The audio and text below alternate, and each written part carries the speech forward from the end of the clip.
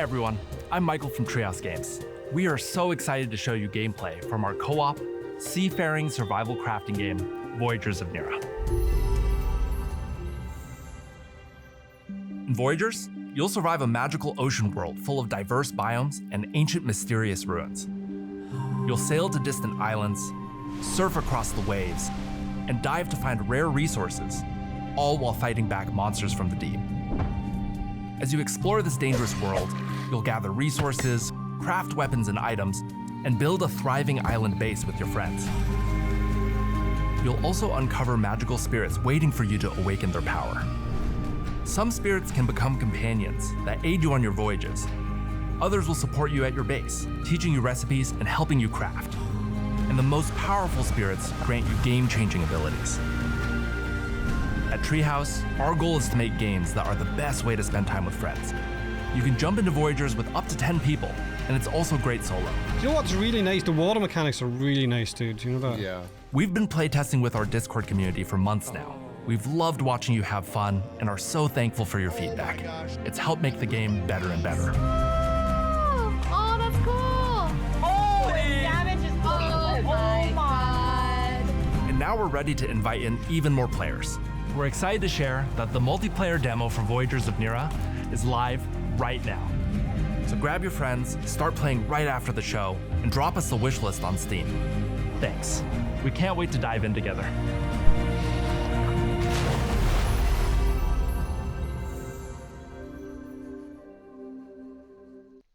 And that is Voyagers of Nera. Welcome to Sneak Peek GG, where we take an early look at the coolest upcoming games and talk to the incredible devs behind them. I'm joined today by Michael Chu of Treehouse Games and the creator of Voyagers of Nera. So thanks for joining me today. Really excited to dive into this game. Thank you so much for having me. Yeah. So, excited to show off the game. Got to see the trailer. One of the things that stands out of this game is the art style. But before we hop in, I'd love to hear a little bit more about your dev journey, how you got to this point and launching your own game. Yeah. So I went to college not knowing that you could make games professionally. I was studying business and not having a super amazing time with it. I was like, oh my God, do I want my life to be logistics consulting? And then, fortunately, the school I was going to had a older games program that had been around for 5-10 years at that point. This was a while ago, so this was not very common. I feel like it's a lot more common now. And I started to take some game development classes, and it was just so different and really cool in terms of people just being so passionate and excited about what they were doing in a way that was really like compelling. And I've played games since I was a kid, so then I started to think about doing it seriously. Yeah. And fortunately, that worked out. Actually, my co-founder Ryan, we actually met in college working on student game projects to break into the industry together. Now, like 15 years later. So we started the studio together in 2020. We had been in pretty different parts of the industry for a while. He was the indiest of indie devs. He's worked at like 4 different startups. He's worked in like every role in games from, he was an artist when we met, and then he's sort of self-trained as a tech artist. Now he shipped games as a designer and an engineer. For me, I was at much larger companies. So I spent like, my longest stint was 7 years working at Riot Games on League of Legends, where I was a product manager. And I worked on, skins and monetization and gameplay and new characters. And I created the team that shipped Riot's second game, Teamfight Tactics. Mm-hmm. But ultimately, we came back together to sort of do the startup. And it was a sort of meeting of 2 different worlds of like scrappy, fearless indie and much bigger and strategic sort of like more AAA background for myself. Got you. So 15 years later is kind of the perfect synergy of both sides of those experiences in the game industry world and combining forces there.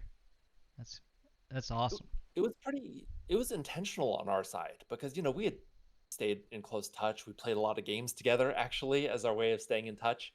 And, we'd just be talking about, like, what are the things we were learning and how different it was or where it was the same as what we were expecting. Yeah. And there's just a lot of good we saw from the other side of the industry from where we were. I was at a big company where it's like, oh man, like making these decisions is so slow, or like, oh wow, like this team is huge, but it feels like we could be going faster, or reacting faster.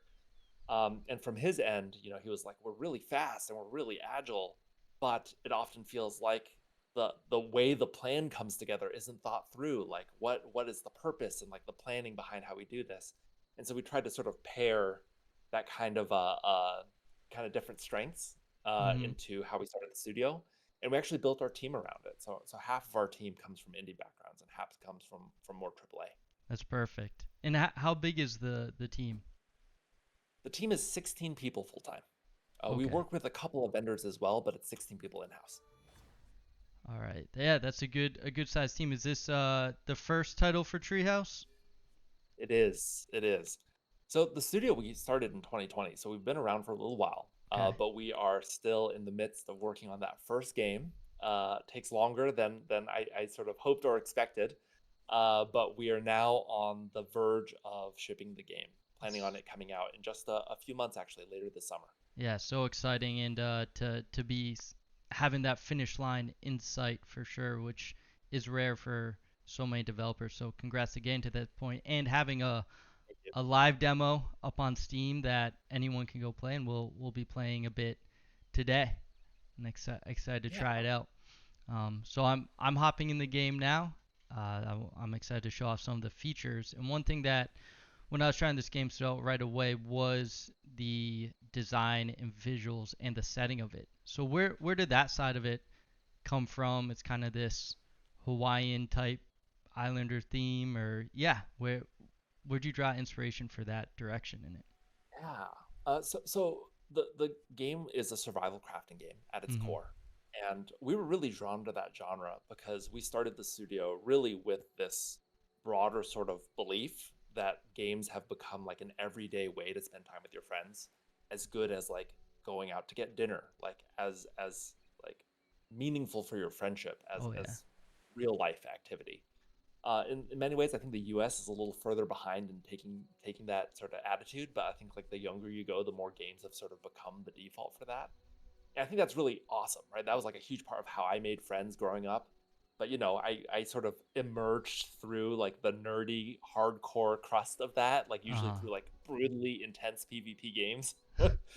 um, but survival crafting, I thought was like such a great sort of way to deliver like so many things that we thought of as like the ingredients of a hangout experience, like a way to have memorable moments together, a way to have shared goals and shared progression, a way to be expressive and creative outside of just like how good are you at clicking on that dude's head. Yep. And so we were really drawn to the genre, and so we've been working on a game in this space for quite some time. And then as we started to think about this, we were like, dude, we've loved this genre for a super long time. We've been players of this genre for like years and years. But the genre is, at least in 2020, when we were really sort of conceptualizing around this, we were like, man, a lot of the entries in this game are crazy grim and dark. And it's like, as much as we love shooting zombies in the head, we think there's probably a fit that is like more inviting to the broader friend group, like people who want to hang out together, have relaxing moments together, Yep. have adventures as well. And so we started to look at something that was more like vibrant and magical and inviting, to hopefully offer something kind of different from like another zombie survival or another post-apocalyptic like hunt other players in your Mad Max style vehicle type thing. Yeah. Yeah, that vibe definitely comes across right out the gate for this game. Anyone who tries it, the first thing you see is you come out this cave and you emerge to an unbelievable view. It's bright, there's high contrast colors, blue sky, the water's beautiful, and it's definitely not that dark survival element that other games may see. And do you just turn it today? Perfect. I did. Since I'm playing with the Just kind dev, of we fun have playing. the god controls right now. Get that better view. And as a crafting game, he built me this perfect house, this seafront home. I can't beat it. A nice boat, surfboards. It's awesome. It's awesome. I could just hang out in this game too, but you use a word that describes it well earlier too, adventure. You know, there is fighting and enemies, and when I was battling some, I wouldn't say it's all easy either. You know, it's not to be confused with a game that won't challenge anyone, Yeah. but at the same time, very welcoming gameplay, straightforward, and from my experience so far, the crafting isn't, you know, too grindy, which is one thing I've seen in some crafting games. So a lot of fun. Really seems an emphasis on exploration too. Am I correct Yeah. there? Yes, absolutely. So I appreciate you saying that because you're hitting on a lot of the things that we've tried to sort of balance and really sort of focus on the things that we want to be special. So, like other survival crafting games, there is that sort of friction and tension that comes with just surviving the world. You have to get food, you have to hunt fish in the water, you have to spearfish them, you have to battle enemies. And combat complexity wise, I think we're somewhere between Valheim and Enshrouded, right? We Okay. do have like invulnerability frames when you dodge roll. If you block with a shield at just the right time, you can parry.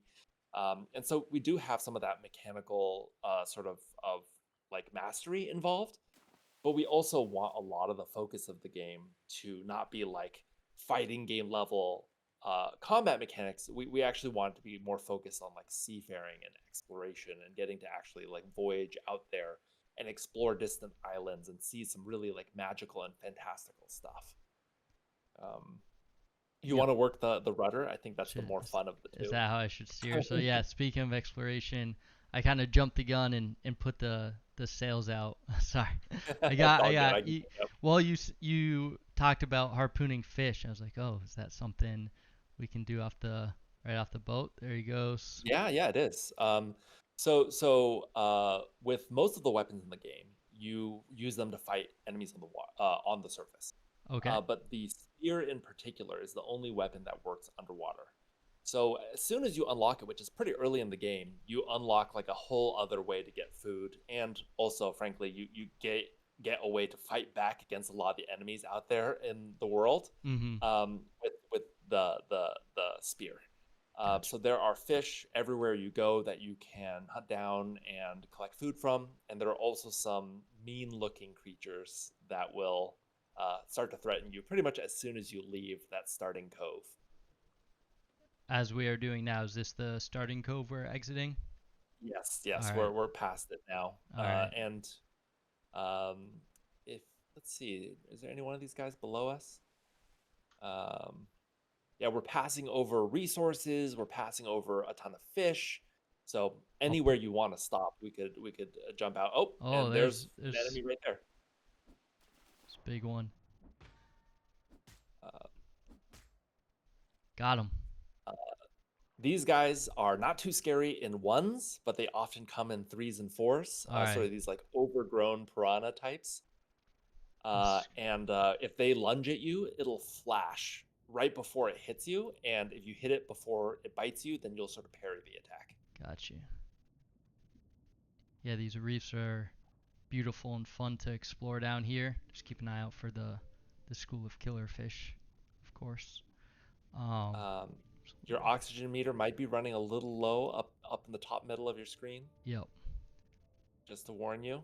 I'm cutting it. I'm cutting it close. I was getting caught up with the scenery, and then As I'll. you level up, though, you can put points into different stats. Some increase how much damage you do in a hit. Some of them increase your stats like endurance or health or oxygen limit. And you can also eventually craft like magical trinkets and items that let you breathe longer underwater as well. Gotcha. And there's a spirit animal. Is that what's called? I can actually, if I come towards you, I see one following you right now. They add additional Yeah, abilities and benefits. So I thought that was a that's right. really cool system. You, I guess, awaken them. You'll find them on your journeys and caves and other points of interest.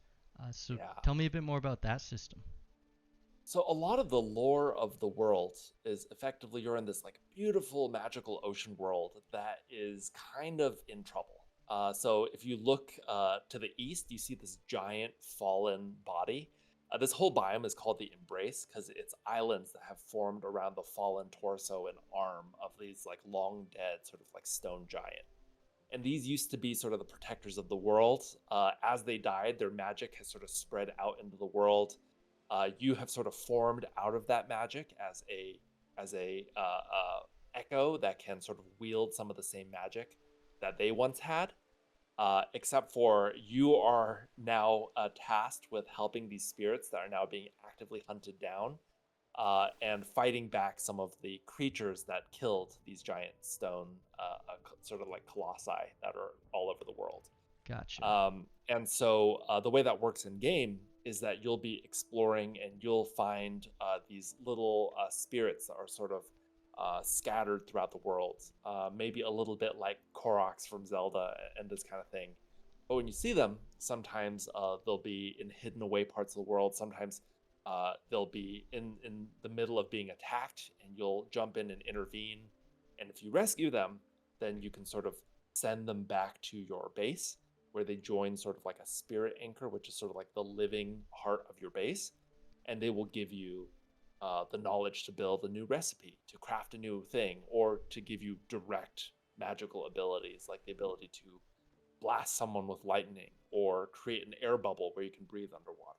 Got you. So really powerful abilities. You want to be getting those spirits for sure. Yeah. So we're heading to an area. Should I come up to this large statue here? Would this be a good spot to hop Sure. off? All right. Yeah, we can explore around. There's some creatures there. There are also some ruins nearby as well that we can take a look at and Perfect. maybe fight some guys in. All right, we'll try it out. Uh, Got my oh yeah, my as bone well as club and my shield. Oh, equip my shield. try and get the parry timing.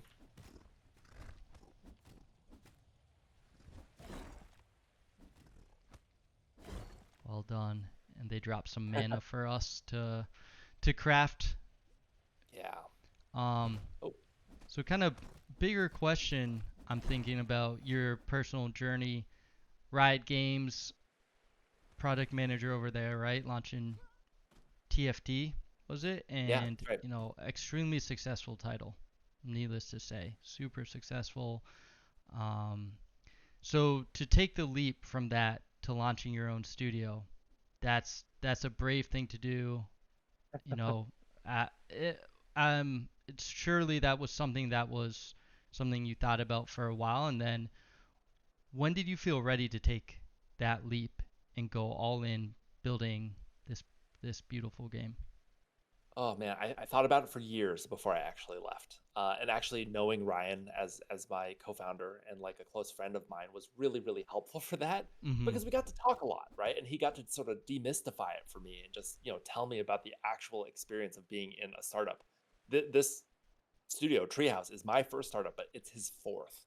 Mm-hmm. And second time as a co-founder. So that really sort of took away some of the mystery for me. And sort of a lot of the things that you're like just worried about, I could actually just talk to an expert about it, which was really, really helpful. But for me, I sort of hit this arc after being at Riot for 7 years, where I started to feel like, oh man, like there's so much stuff that I've learned and I'm really grateful for it. But there's so much other stuff that I'm seeing other people learn that it's just really hard to get within such a giant studio on such an established game on such big teams.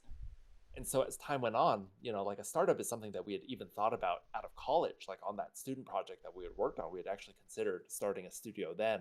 And I'm really glad we didn't, because there's a lot of stuff we just didn't know. Mm-hmm. But it was always sort of in the back of my mind of wanting to learn how to do that and really just like build a game in a studio from scratch, build a team from scratch, and to have that experience of building a game as like this tight-knit team where every person has like such a huge influence and you can have so much impact on what you're doing. So that ultimately just sort of felt like it was hitting a tipping point. And fortunately, from working at Riot, I sort of felt like I could take the risk. I could have a lot of people in the industry that I could sort of ask about and get help from and get advice from. That was really, really helpful. Yeah, so got that confidence working at Riot, and that's something you're very glad you did, to work at that studio before making the leap, that experience. You feel like doing that, you felt much better prepared than if you went straight into it Definitely. beforehand. Yep. You know, I feel like we did some really cool stuff as students. I felt like we were doing all sorts of crazy things to just learn and grow as fast as possible, and I'm really glad for that experience. But oh my God, at the end of it, I just sort of came away more sure about how little I knew about making games. And so it really helped to work at a big company, because if nothing else, like I got to work on a game that I loved. Got to work on a game that I played like thousands of hours of, both before and during my time working there. But I also just got to work with a lot of amazing people, like Yeah. really brilliant artists, engineers, really brilliant business people, smart marketers, and I think that helped me just understand how complex making a game really is. Of course, hands-on wise, I only got to work on this sort of like narrow slice of it. So that was a huge part of the growth curve and the sort of like learning arc of then going off and doing a startup where it's just like, dude, if you think of something and you don't do anything with it, no one else is gonna do it. It's just you guys. It's like Yeah. you and four people sitting in a room. But I do feel like having that sort of broader understanding that came from working in a much larger team, on top of just like a ton of smart people I could just like hit up and shoot a message to and be like, hey, I'm thinking about how to organize the team. I'm thinking about how to set up a Steam page. I'm thinking about this sort of specific design decision. Do you have some advice? And people are just so helpful. Like I think that's one of the best parts of the games industry, really. That's really interesting. I think that's something that people don't even think about when they compare going into a bigger studio before launching something in their own. Isn't just the experience, but like you said, the connections, resources to tap into, mentors, just being able to email someone that's done it before. Yes, there are plenty of resources out there, but to be able to tap into someone you really trust, there's a lot of value to that versus tutorial online or asking someone on social media or just cold outreach. There's definitely that power there. So congrats on taking that leap. I'm sure it's hard for a lot of people. Do you have any advice for someone who's in the shoes you were 5, 6 years Yeah. ago? I mean, absolutely. I get to approach it definitely, I think, from some like pretty fortunate position because I worked at like a big studio and things like that before. So even just the amount of financial risk I had to take is probably not the same for a lot of other people. So I definitely think there's a lot to be said about sort of like thinking about this as a long-term ongoing journey, because man, like I was just trying to do a good job in that role and I didn't know that like 8, 10 years later that person would actually be, you know, someone that I hired to work with us, or someone Yeah. that would give us a ton of just totally generous, free, valuable advice. Like that's just not something that I really was like planting as seeds or anything like that. But you know, I wanted to do a good job always. I always wanted to maintain good relationships, and ultimately, I think the games industry sort of has its heart in this spot where it's just like, dude, you only make games because you love games. Like, no Mhm. one accidentally ends up in the games industry. So if you're passionate about it and you really care about doing a good job, and you actually like find other people that are really passionate about that too, you sort of find like a kindred spirit that ultimately still wants to help, even if it's years later, and you guys have both moved on to different things. People are just so willing to hop on a call and chat, and I really have learned a lot about sort of taking advantage of how helpful people want to be, and how much advice they're willing to give. Because man, I feel like it's like every week where I have a call or two or some email where I'm just like trading thoughts, or people now asking me for like, hey, how did you fundraise? How did you think about hiring? How did you approach like this sort of decision on the team? Mhm. And so it is sort of like a two-way street, and we all sort of feel that way. And was it a while? Actually, quick question. I'm trying to activate this. I wasn't able to. Oh, well, I can cheat it. All So right. just to tell you what this is the final encounter for the whole biome. All right. So are Um, we getting way ahead of ourselves doing I mean, a this? little bit, but Is it but cool I, to I, show I off? Is it something we should? it is kind of cool to show off. All right. Although I will say, just for yourself and for your viewers, the update, we have a fresh playtest every 2 weeks. Tomorrow at noon, we have another 2-week playtest start where we just redid the visuals for this entire space and this entire encounter. All right.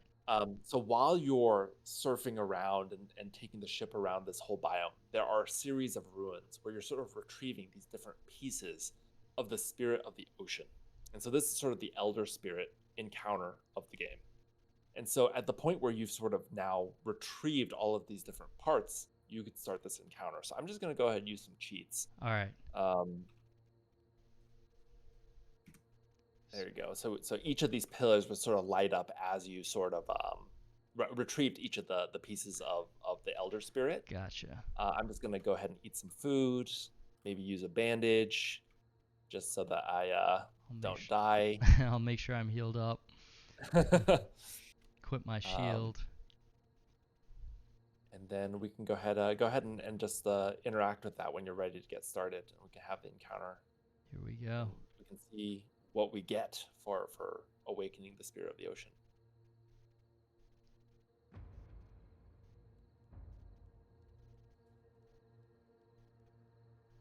So this is sort of an encounter that we want each biome to sort of have this longer journey to this sort of pinnacle moment where you are like awakening the spirit and sort of restoring that part of the world. Gotcha. So we're fixing the damaged world here. Yeah. By helping the spirits. And each of our biomes sort of have a different theme, and I can tell you about what each of them are. But this one is, very tropical islands, as you've probably already seen. Yep. So this one is all around like the element of water and getting all of like your ship and your skimmer and diving underwater and really learning what that's about. And then some of our next biome is way more vertical. Gotcha. Yeah, and I saw some storms off in the distance as well. Looked exciting out there. Plenty That to storm adventure and wall, explore. You can't get through until you've sort of awakened the spirit, and it gives you the ability to sort of break through that storm wall. Gotcha. Taking down these enemies. Yeah. Every biome has a different theme, a different set of enemies, a whole ton of new recipes, and of course, like a huge portion of the world to explore. And is this 2 to 4 player co-op? Up to 10. Actually. Oh wow, that's fantastic. Yeah. Again, same sort of thought process, right? Where it's just like, oh, dude, like we want to make games that are like this awesome hangout experience for friends. And one of those big things that we wanted to be able to provide for was like this big flexible sort of group size. And so we wanted to be able to have a game that has up to 10 players. So sometimes you have a lot of people on when you have like an encounter or a boss fight or something that you're going through. Others, you might just be playing solo while you're grinding resources or something for a friend. Mm-hmm. Gotcha. You got a lot of pressure on you now. We don't have any of our magical spells or anything that might be helping us right now. We cut ahead a little early on some of these. We're doing this way ahead of schedule. Well, I've got the so we pro playtest with every me. 2 weeks. So we've had a lot of players go through this part of the experience at this point. And usually we've seen people report like usually taking like maybe about 5 to 8 hours before they sort of complete the biome. So we are really booking it. Gotcha. And the playtest, if anyone wants to be a part of that, that's in the Discord, correct? Yeah, that's right. Gotcha. We've been playtesting every 2 weeks with our Discord for over a year now, actually. And a lot of that is just because the feedback is so freaking helpful as a developer to actually get an unbiased read for what you're doing, if what you're doing makes sense, if it's exciting, if it's frustrating, and getting to use that feedback for planning out our development milestones. Here, let me drop you some more bandages. Yeah, I'm barely hanging on here. That's why I'm playing a little safe. Here you go. I got a few more. Oh, look at behind you. Thanks. Just We can revive each other though if it gets that bad. Okay, all right, good to know. I was like, oh, am I gonna spawn myself back at the bed? Miss out on all the fun. Oh, that's actually killing me right now with Dragon Wilds that just came out. Um, I loved RuneScape years ago, and so I was really excited about it.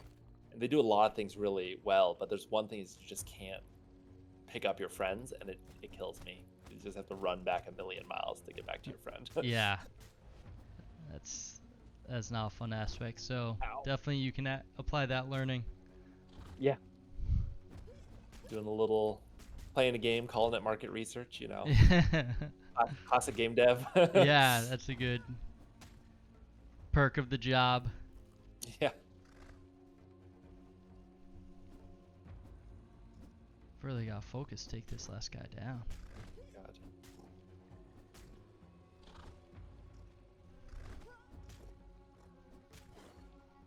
Oh my god, my weapons are breaking. Yeah, mine too. Let's see, I think I got another bone club. Yeah, there we go. That's good. Oh god, there's another guy here. I need to hide Trying to while I put on a trying to help you. bandage. They're all chasing you. That may have backfired. Oh god.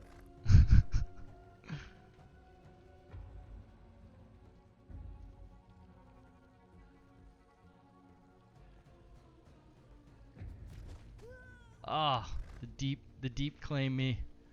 All right, hang on a sec. I'm gonna come over and I'll pick you up. All right, I won't respawn. Not sure if this is the last crew.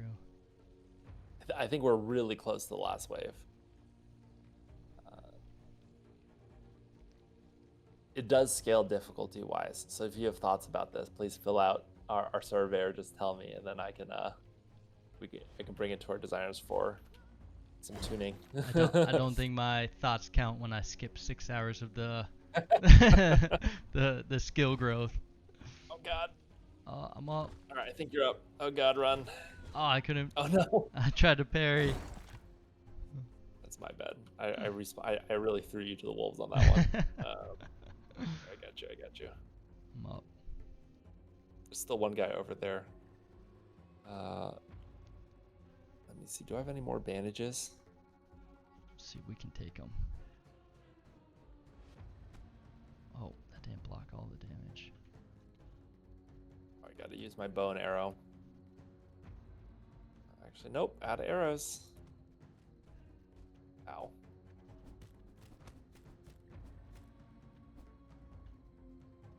We got this. Last one. All I can do is tank. Oh, there we go. We did it. Even without any levels. I don't have stat points or anything. Yeah, I think I just got a lot of stat points from that battle.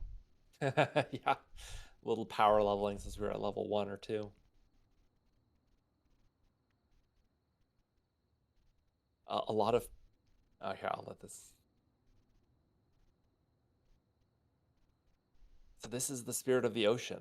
And this gives us a whole bunch of things. If you walk up and you interact with them, you can hold it down to sort of bond with the elder spirit. He teaches you a bunch of recipes, but I think the coolest thing is that bonding with him gives the ability to use the ocean form. So if you follow me to the water, let me set. Actually, no, this might be really cool at night. Actually, we can head into the water. And before we had the skimmer, which is very useful for like solo travel. But now with the ocean form, if you press F, you can see on your HUD there, you can enter the ocean form for 5 minutes, which does a ton of things for you. F. Yeah, there you go. You swim faster, you breathe underwater longer, and you can skim on your own feet. How do I skim? Z? Oh, this is great. So very magical, a little bit of a Avatar moment, and you unlock this sort of form for each of the biomes that you explore, each one being kind of different. So this one's very ocean themed. Yep. So one topic I always like to touch on is AI and AI in game dev. A lot of different opinions in it, a lot of different uses, and what's helpful with it. So have you been able to use or find helpful ways that AI, whether it's ideation to marketing to cleaning up code, anything like that? I know you Yeah. started a little early, that before it would all be quite newer in the development process for you, but have you seen some of those benefits starting to come into building or launching this game? AI is such a broad label that I feel like it's really hard to talk about in a more nuanced way. So I'll do my best. But when people say AI, right, we're often talking about like large language models. And realistically, I think like the more time you spend in development, the more you're like, oh my God, every single component of development is so crazy complex and has so much like nuance and specific detail to how it runs that when I hear like, oh, AI changes, blah. I'm like, dude, that doesn't tell me anything. Like there's so much specific nuance in like how AI or LLMs can be helpful that I really have to get really specific when I actually think about whether that's true or not. So we haven't used AI for any like design or art or anything like that in the game. Really where we've used it has been mostly through a couple of our vendors for things like processing player feedback. So one of the things that we do this playtest every 2 weeks. It is just a crap load of feedback. We have like Mm-hmm. hundreds of survey responses. We'll have like 30, 40 hours of streams. We'll have like Wow. hundreds of messages going by in Discord. And back when we were smaller, it used to be literally me managing like 5, 10 playtest groups over like a weekend, and I would just be like literally spending all day Saturday and Sunday like playing with people and trying to compress like a 3 hour play session into like a 20-minute video that our team could watch. Mm-hmm. And that really started to fall apart quite quickly. So we actually use this vendor called LiveAware, and they are a bunch of like ex Crystal Dynamics guys that worked on like Tomb Raider and stuff like that, that have this AI tool that pretty much uses like playtest footage and then uses it to sort of generate, hey, what are topics that have come up a lot? What are positives, negatives, bug reports that have come from this play session? And then when you click on the issue, it'll actually show a timestamp of where they were talking about, oh, this part of the inventory makes no sense, or like fighting this guy was super frustrating. Mm-hmm. And that's been a huge time saver for us just trying to keep up the volume of feedback and then actually still get like the same or close to the sort of depth or like quality of understanding that comes from someone just like literally telling you how they feel, because there's so much nuance and detail in the way someone talks about something that I really felt we were losing if we were just looking at text, if we were just looking at surveys. Makes sense. So, really powerful way to aggregate all that data and feedback. That's been helpful for you. I think really specifically though, I think it's not trying to just like chuck AI at like everything with an even slate. It's saying, hey, there's a really specific part of my process that I have felt the pain of personally for like Mm-hmm. hundreds of hours. So I felt like I had a really intimate understanding of like, where does this workflow need to be really excellent? What are the jobs that I need this thing to do? Oh wow, here's a tool that like very carefully replaces and augments this really well understood problem Yep. in this long tool chain. And that was really important for me in terms of feeling like I had confidence that the result was actually going to be worthwhile, because like, dude, implementing any kind of workflow or tool chain is work, right? It takes real effort. Yeah, that's a really strong point, and a theme I have seen when people are using it in any successful ways. They're first struggling with it, or maybe not struggling, but have identified a real need for it versus finding forcing a use for it in some way. It's more like I've reached a point where I really need a tool to help me with this process that I understand well and will oversee the tool. Um, yeah, so makes perfect sense, and I mean, beautiful game overall. Was there anything else you want to share? Yeah, I think maybe just the last thing. Thank you so much for taking the time, by the way. Yeah, But maybe just the last thing is that we're going to be part of a June Next Fest this summer, and we're going to be part of the PC Gaming Show on June 8th. So it literally goes from showing a new trailer at the PC Gaming Show on June 8th, and then right into Next Fest on Steam on June 9th. For any sort of upcoming game, and as any sort of small indie developer, like the summer set of game shows and yep, Steam Next Fest are just such huge moments for us to try and build visibility and actually reach a lot of players and like the broader survival crafting audience that we think could be really excited about the game. So if you are interested in checking out the demo, or you think your audience might be, then we'd love to have you guys check out the game in that window, and really appreciate you taking time to check out our game because that support is so helpful. yeah. Really appreciate the crap out of you taking the time. Yeah, absolutely no, but thank you for sharing it with me. Uh, you know, helping me beat that first spirit, or sorry, bond with it, not beat it, bring it back to life and help it out.